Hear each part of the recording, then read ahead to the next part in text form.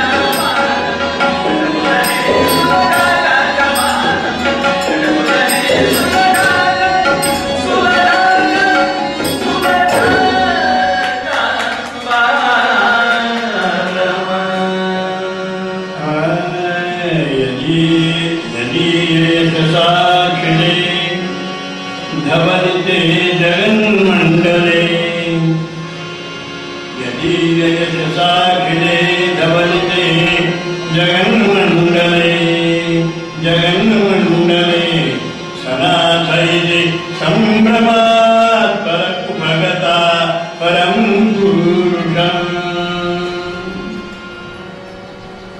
अभंग तोच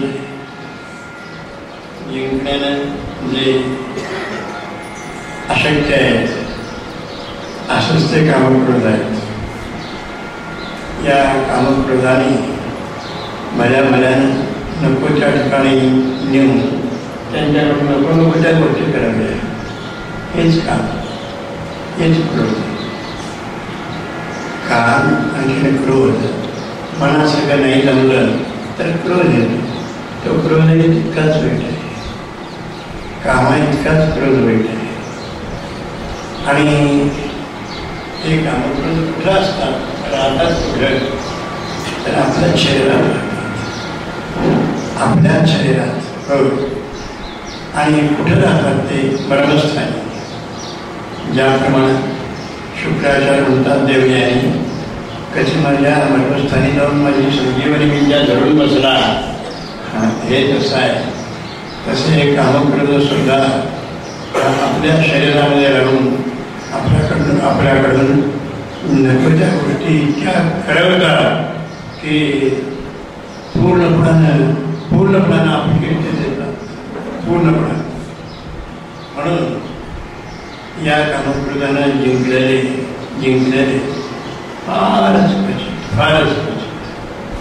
फारच क्वचित तुकाराम महाराजांनी जिंकलं आणि साधू संतांनी कामक्रोधानं जिंकलं. पण ही सामान्य माणसं जी आहेत, सामान्य माणसं, त्या सामान्य माणसांना नाही गेला हरकोणी देहभाव हरकोणी गेला पाहिजे. पूर्णपणानं काम आणि क्रोध आणि लोभ मोह मद मत्सर हे षड्रिपू पूर्णपणानं सुटले पाहिजे.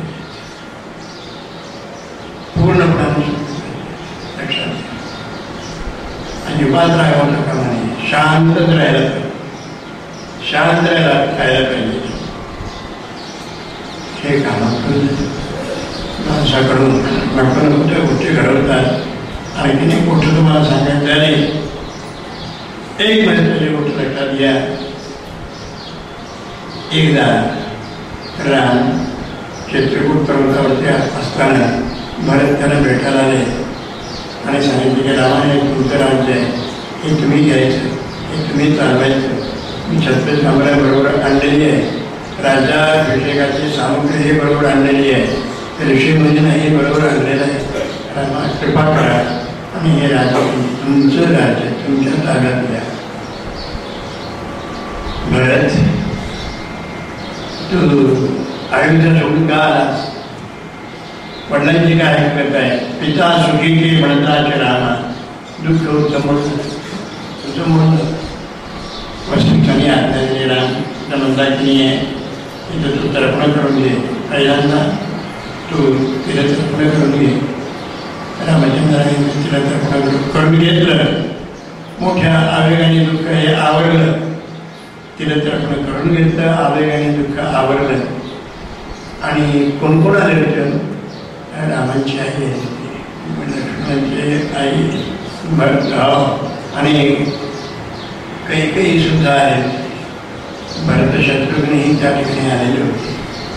अयोध्येतले विशिष्ट असणारे प्रौढ पौरजान नागरपद तेही त्या ठिकाणी एकत्र आले होते. शृंगेरीचा राजा गोई हा आई आला होता. आणि तिथं सभा भरली. निर्णय होईना. ज्यावेळेला निर्णय होईना भरताचा आग्रह नाही हे राज्य रामाने चालवलं पाहिजे.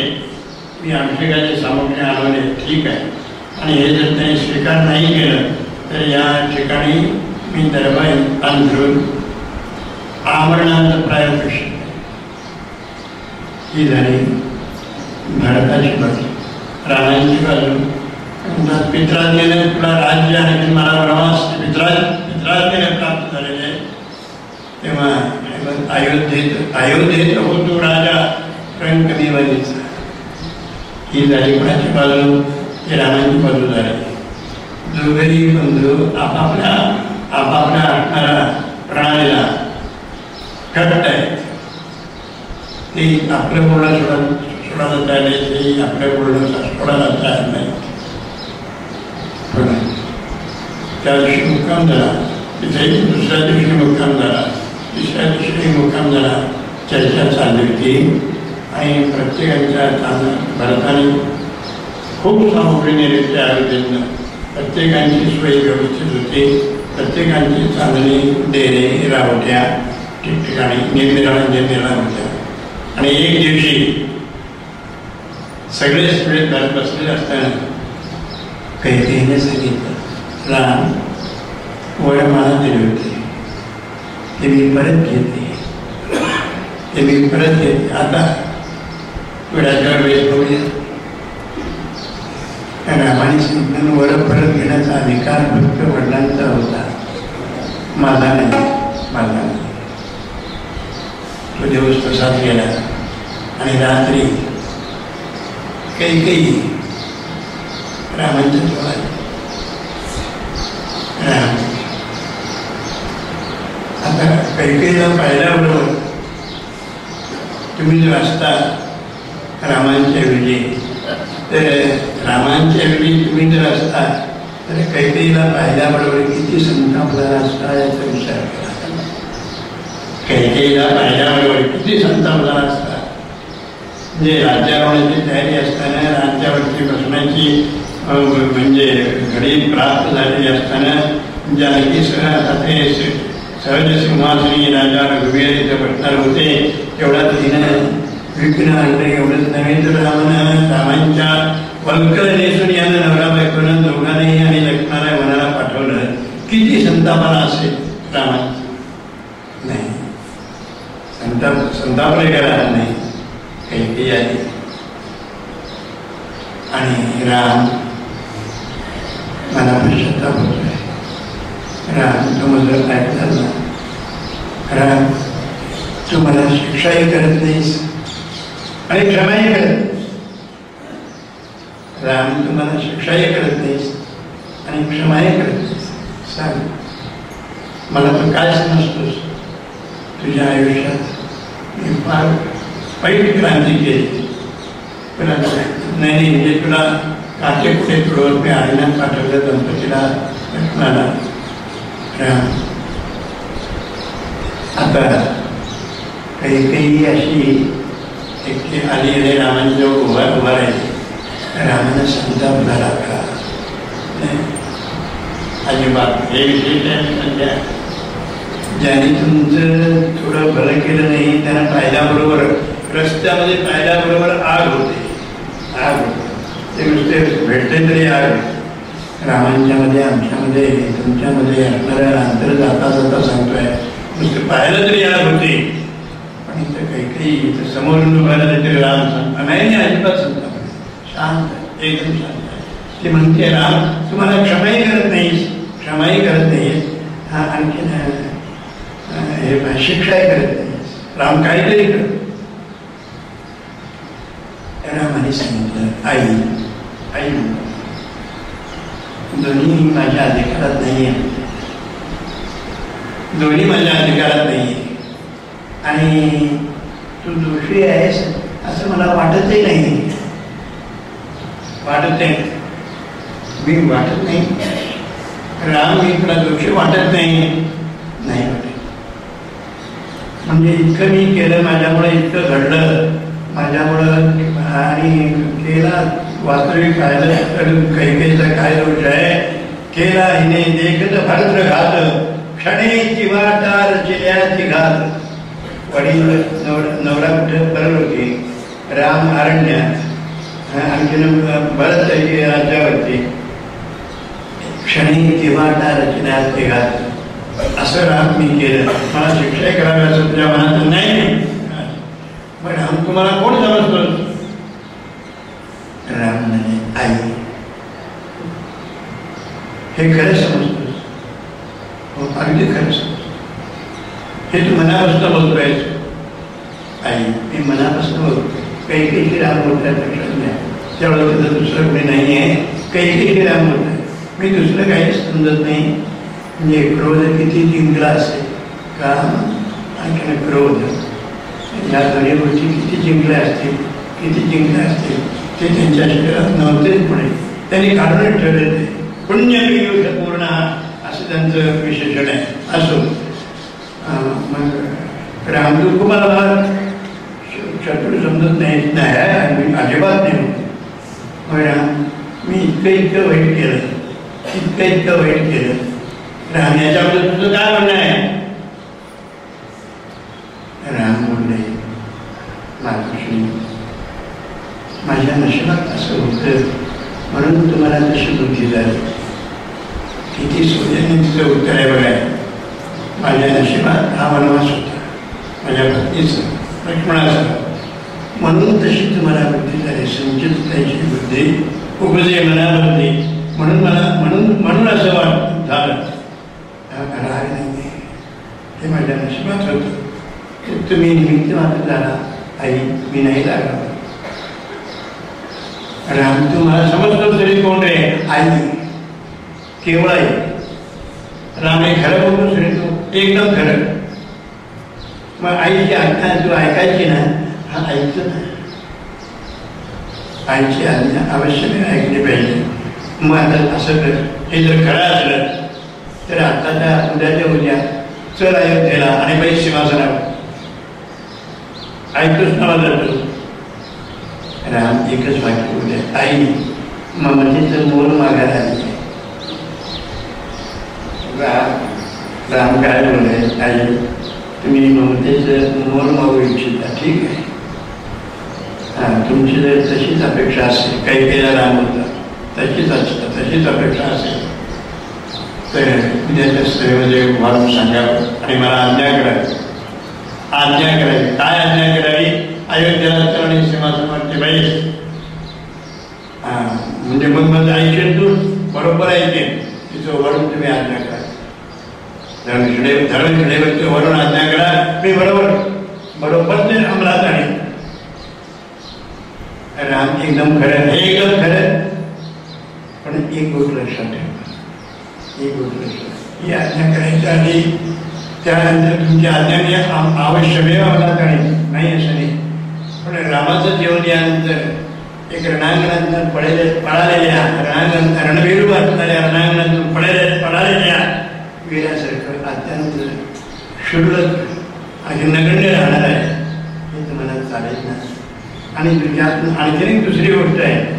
वडिलांची आज्ञा मोडलेलं पाप हे माझ्याच्यानं तुम्ही घडवणार आहात पण मी तुमचं ऐकेन. त्यामध्ये तुम्ही वाटेकरी होणार ना. अवश्य आपण आज्ञा करा. आपलं तोंड झाकून काही निघून गेली. क्रोध जिंकला. रागावले का नाही. रामाने हा क्रोध जिंकलेला आहे. गाव जिंकला रामाने. कुठं असा प्रसंग रामांच्या वाटते आला का. चंपूमध्ये एक विशेष विवेचन आहे. रामांच्यावर तसा एक प्रसंग आला. कसा प्रसंग आला नाही म्हणजे परस्त्री मागून आले आणि तिने डोळे दाखले. रामांचे होय. कोणी ही कोण स्त्री. यदीय यशसा केले धवलते जगन्मंडले सनाथैति संभ्रमात उपगता परम पुरुषां. यदीय यशसा केले. रामांच्या जवळ राम एकदा असे गच्चीवरून उभे होते वरच्या आणि शुभ्र चांदणं पडलं स्वच्छ. ते यदीय यशसा केले धवलते जगन्मंडले रजतरंगी नटले वसुधाधर सरल मंद मंदये. अशा त्यावेळेला यदीय यशसा केले धवलते जगन्मंडले सनाथैति संभ्रमात.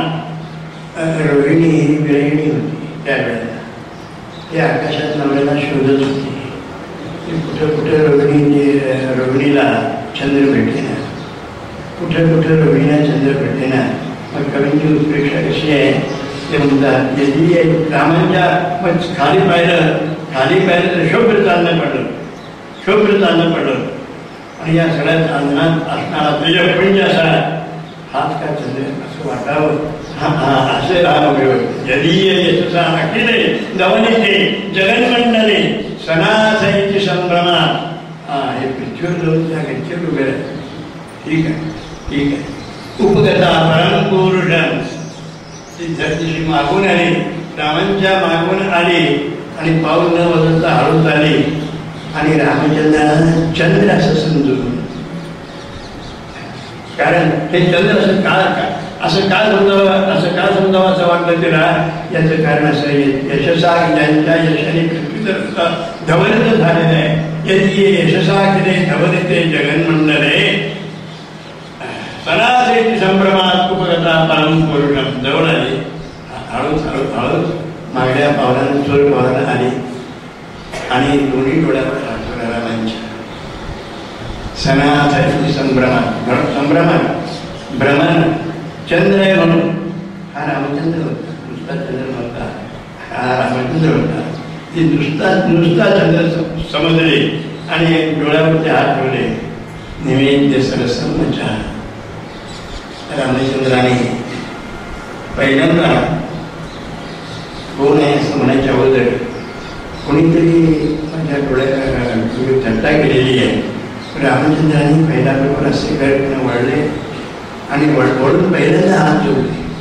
परस्त्रीशी बोलताना अंजली म्हणजे आणखी एक देवता उभी करावी. परस्त्रीशी बोलताना एखादी देवता उभी करावी. तशी अंजली संपुटी ही देवता रामचंद्राने उभी केली आणि लगेच थोडं म्हणतात, आई आपण कोण, आपल्याला काय पाहिजे. तदीय विषमोत्तरा इदू वधू परम लज्जते. इतकी काही नसताना इतकी काही लाजली आणि नमस्कार करून निघून गेली, उडून गेली आकाशात. वेळी आकाशात उडून गेली. अशी चंपूमध्ये असणाऱ्या चंपूकाराची उत्प्रेक्षा आहे. रामचंद्राने काम कसा जिंकला आणि क्रोध कसा जिंकला हे या दोन्ही गोष्टी आपल्याला सांगितल्या. महत्वाची गोष्ट लक्षात घ्या. हे काम क्रोध जिंकावे लागतात. यांचं वर्णन खूप केलं आहे. जाऊन पुढे विषया ठेवीची वाट विकट बहु मोठी. नागविले बहु बऱ्या बऱ्यानं असंख्य ते जनकोटी. याच वनामध्ये भिल्ल नांदतो काम नाम जाना. पंचचरारे विश्वमोहिले. त्याचं 5 मन आहे. याच मनामध्ये भिल्ल नांदतो रामदृश्य वर्णन करतात. काम नाम जाना पंचशरारे विश्वमोहिले. यांनी विश्वाही मोहिनी घातलेली आहे. यांच्यात आवडतून सुटणं फार कठीण आहे. फार मोठ्यानं फार कठीण आहे. पण सहज एक प्रसंग आठवला म्हणून ऐतिहासिक प्रसंग सांगतो. कल्याणचा खजिना लुटा गेला. शिवाजी महाराजांनी तो लुटवला. आबाजी सुंदेवांचा पुढाकार होता. कल्याणचा खजिना लुटला. आता तिथे लुटारोड झाली म्हणजे काय झालं, जे भारी सगळं साहित्य उचललं त्यांनी. आणि त्यावेळेला एका पेटीमध्ये सुभेदाराची सून, कल्याणच्या सुभेदाराची सून, तिने दासाला सांगितलं ह्या पेटीत तरी मला घालता. मग त्या पेटीत घातलं आणि ती पेटीच उचलली गेली आणि शत्रू पक्षाकडे गेली. म्हणजे शिवाजी महाराजांच्या आबाजी सुंदेवांच्या घरात ती पेटी आली आणि लुटीची मूल करण्याकरता ज्या वेळेला पेटाला वळला त्यावेळेला कल्याणच्या सुभेदाराची सून ही त्या पेटीमधनं बाहेर पडली. आबाजी सुंदेवाने पाहिलं, ठीक आहे, राजांची मर्जी संपादन करण्याकरता एक नावी युक्ती आहे.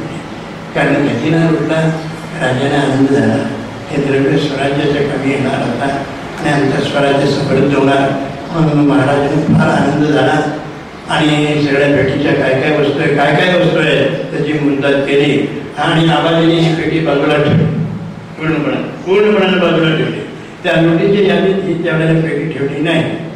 लुटीच्या यादीमध्ये ही पेटी त्यावेळेला ठेवली नाही. मग बाजूला ठेवली आणि सगळं संपलं.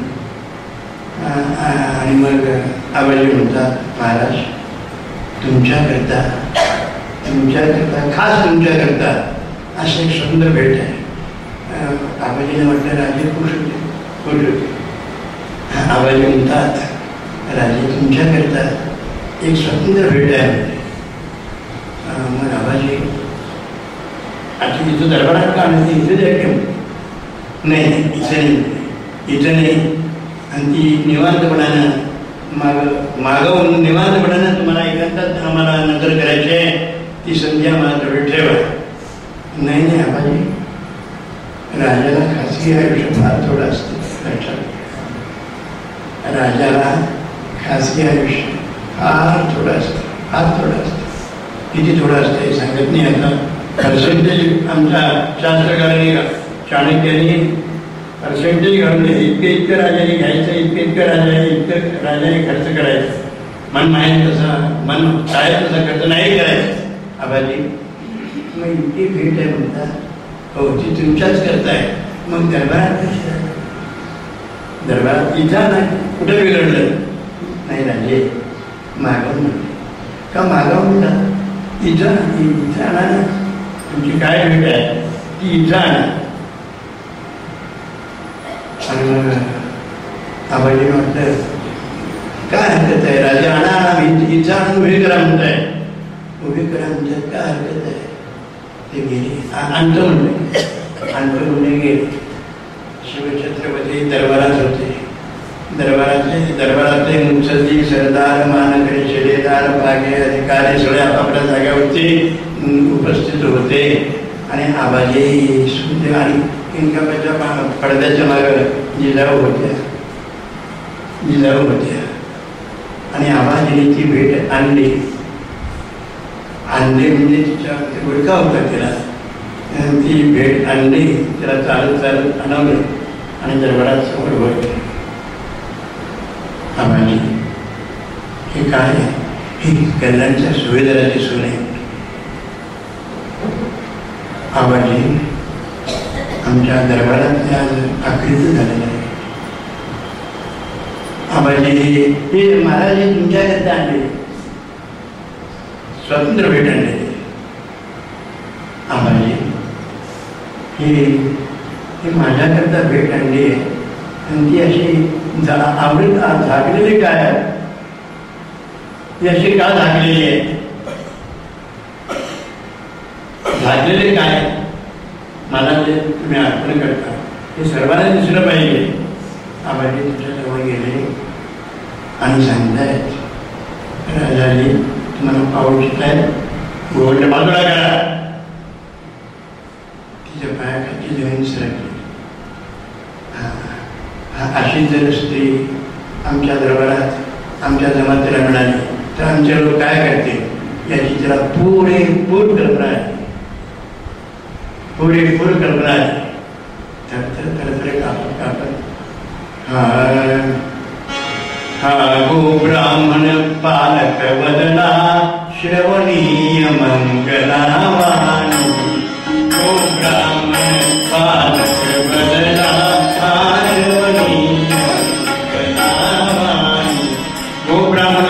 वदना आणि तिने आपला ज्यावेळेला बाजूला केला रूपवान होते. आबाजी हे पहा, लोक आम्हाला शूर म्हणतात, धीर म्हणतात. या अफजलखानाच्या 18 वर्षांचा आम्ही खूप खूप खूप खूप डावाला प्रतिडाव खेळून आम्ही खूप विजय संपादन केला, यशही संपादन केलं, अनेक लढाईतले यशही संपादन केलं. आबाजी लोक मला शूर म्हणतात, लोक मला धीर म्हणतात. आबाजी लोक मला वीर म्हणतात. शिवाजी राजा शूर आहे, शिवाजी राजा धीर आहे, शिवाजी राजा पराक्रमी आहे असं म्हणतात. पण आबाजी शिवाजी राजा रूपाने चांगला आहे असं कोणी नाही म्हणत आम्हाला. आबाजी या आईच्या पोटी जर आम्ही आलो असतो, किंवा आमची आई इतकी सुंदर असते तर रूपवान गणलो असतो आम्ही लोकवचारी. रूपवान गणलो असतो आम्ही लोकवचारी. आम्हाला तर रूपवान म्हटलं असतं. आबाजी परिस्थितीला स्पर्श हे काळाने मंत्रण आहे. तुम्ही दरबारच्या नीतीचे सरदार हा तुमचा पहिला गुन्हा म्हणून माफ केला. यानंतर अशी आवडीची जर गुन्हा घडली, असा जर कुणी गुन्हा करण्याचा प्रयत्न केला तर त्यांचे हातपाय छाटले जातील. लक्षात ठेवा. आबाजी त्यांना आमच्याकडे पोचवा, त्यांना साडी चोळी द्या आणि त्यांना परत परत त्यांच्या गोटामध्ये सुखरूपतेनं पोचवून मग माझ्या समोर वाढ.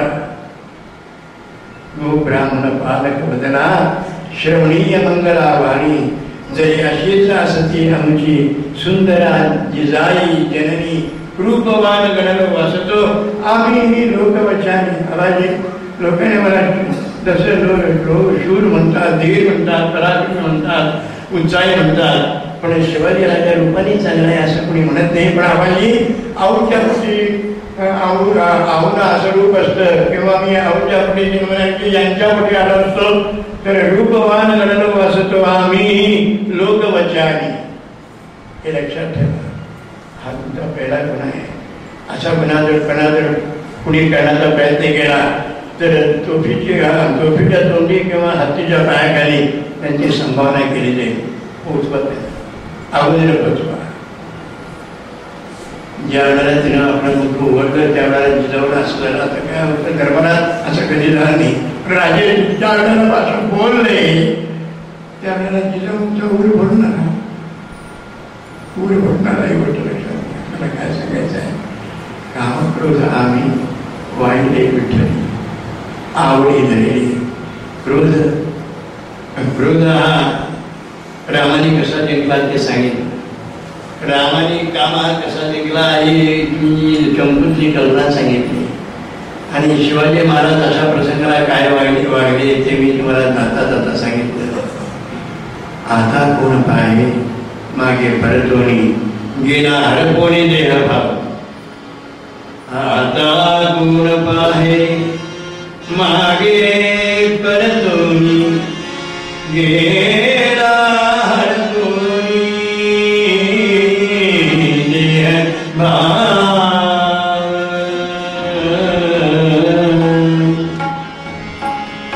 एकदा आम्ही पांडुरंगाचे दास झाल्यानंतर आम्ही इकडं तिकडं सिद्धी जावं. सिद्धी तुम्हाला सांगू का, सिद्धी अशा आहेत, रिद्धी सिद्धी अशा आहेत या भल्याभल्यानं मोह पाडतात.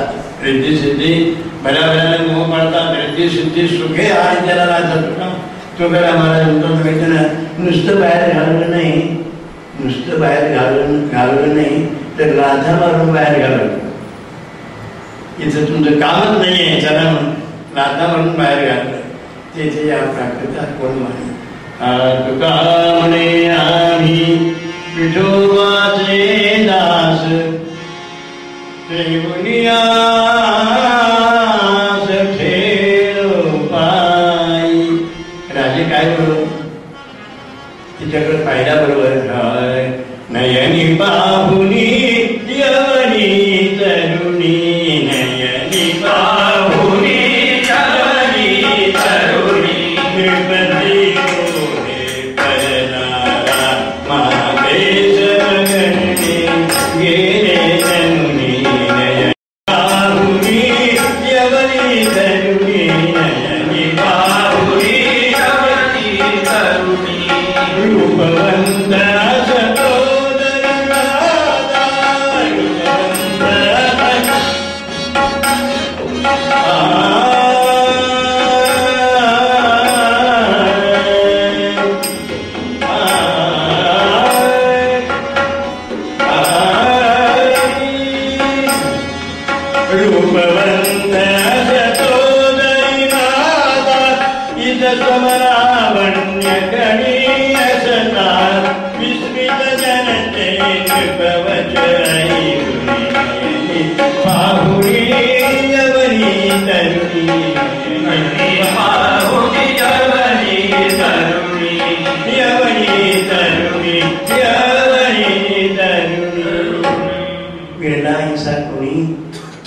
त्याची लोटांगणी ही गोष्ट लक्षात ठेवा. महाराजांना परीक्षा बरोबर होते. मला सांगायचं आहे रिद्धी सिद्धी सुखी आणि त्याला नाथा ते जे या असे प्रसंग ज्यांच्यावरती असे एक केव्हा केव्हा आले त्या वेळेला ही सत्वशील माणसं पूर्णपणानं सत्वाला लागली आणि परीक्षेला उतरली. ही गोष्ट लक्षात. अशा वेळी ही पराक्रमी माणसं, ही शूर माणसं, ही धीर माणसं म्हणजे सत्वाला उतरली, पराक्रमाला जागली आणि सत्वालाही उतरली. हा सगळा आशय मनात आणून तुकोबराय म्हणून अभंगात काय बोलतात.